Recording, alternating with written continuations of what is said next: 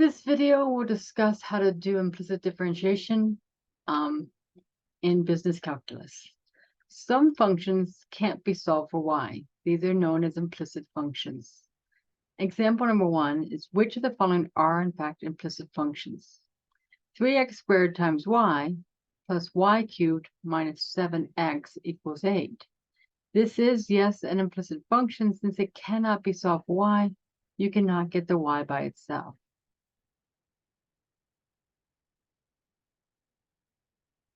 In part B, 5e to the x plus 7xy equals 9 is not implicit since you can solve for y.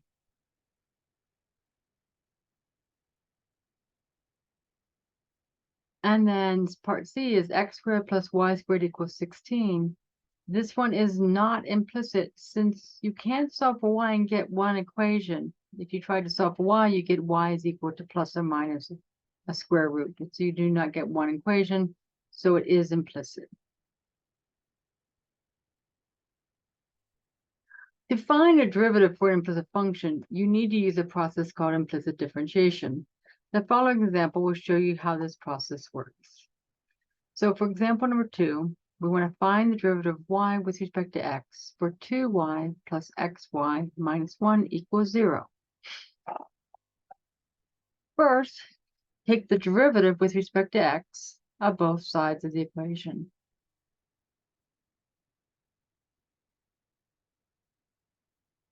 You've got the derivative with respect to x of 2y plus xy minus 1 is equal to the derivative with respect to x of 0.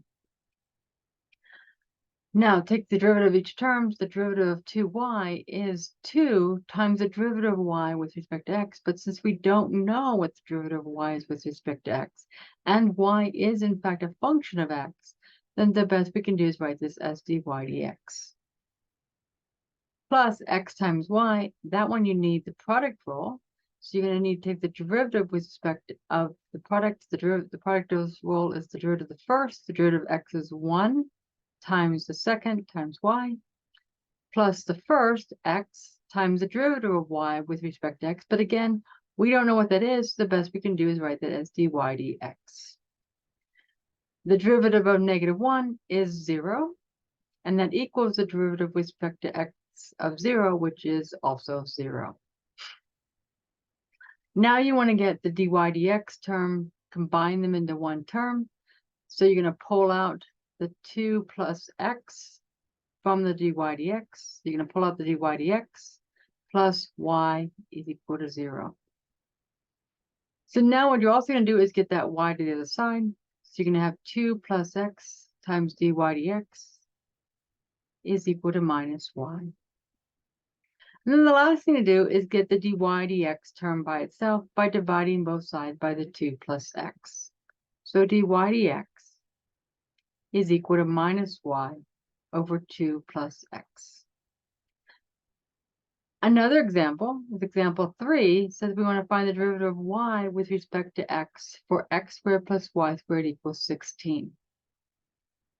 Again, take the derivative with respect to x of both sides of the equation. Of x squared plus y squared is equal to negative 16. I'm sorry, 16. The derivative with respect to x of 16. So the derivative of x squared is, of course, 2x. The derivative of y squared is 2y, but then y is a function of x. So you're thinking of using the chain rule here. Took the derivative of the outside, which is 2y, then take the derivative of the inside. But y depends on x, and you don't know what dy dx is, so the best you can do is write dy dx. Equals the derivative of 16 is 0. So now you want to get rid of the 2x term. You're going to have just 2y times dy dx is equal to minus 2x. Now take the dy dx and divide both sides by the 2y in front of it. So dy dx is equal to minus 2x over 2y. Then the last thing to do is to simplify. So dy dx is equal to minus x over y. The next example, example number 4, asks you to find, for example number 3, find the tangent line to the curve 1 times to the curve at 1 square root of 15. So the first thing you need to do is find the slope of that line, which the slope is the derivative of y with respect to x at 1 square root of 15. So we're going to evaluate this when y is equal to 1 and x is equal to square root of 15. That means you're going to put 1 in for x, 1 square root of 15 in for x, and 1 in for y. So you get negative, I just did that backwards. I apologize. So x is 1 and y is 0, is square root of 15. So x, y. So that means you're going to have negative 1 over the square root of 15. So there is your slope. Now use the point slope form, which is y minus y1, which is the square root of 15, is equal to the slope of negative 1 over the square root of 15 times x minus x1, which is 1. And there's your equation. If you want to, you can try to simplify this a little bit, but you're fine with just leaving your equation just like that.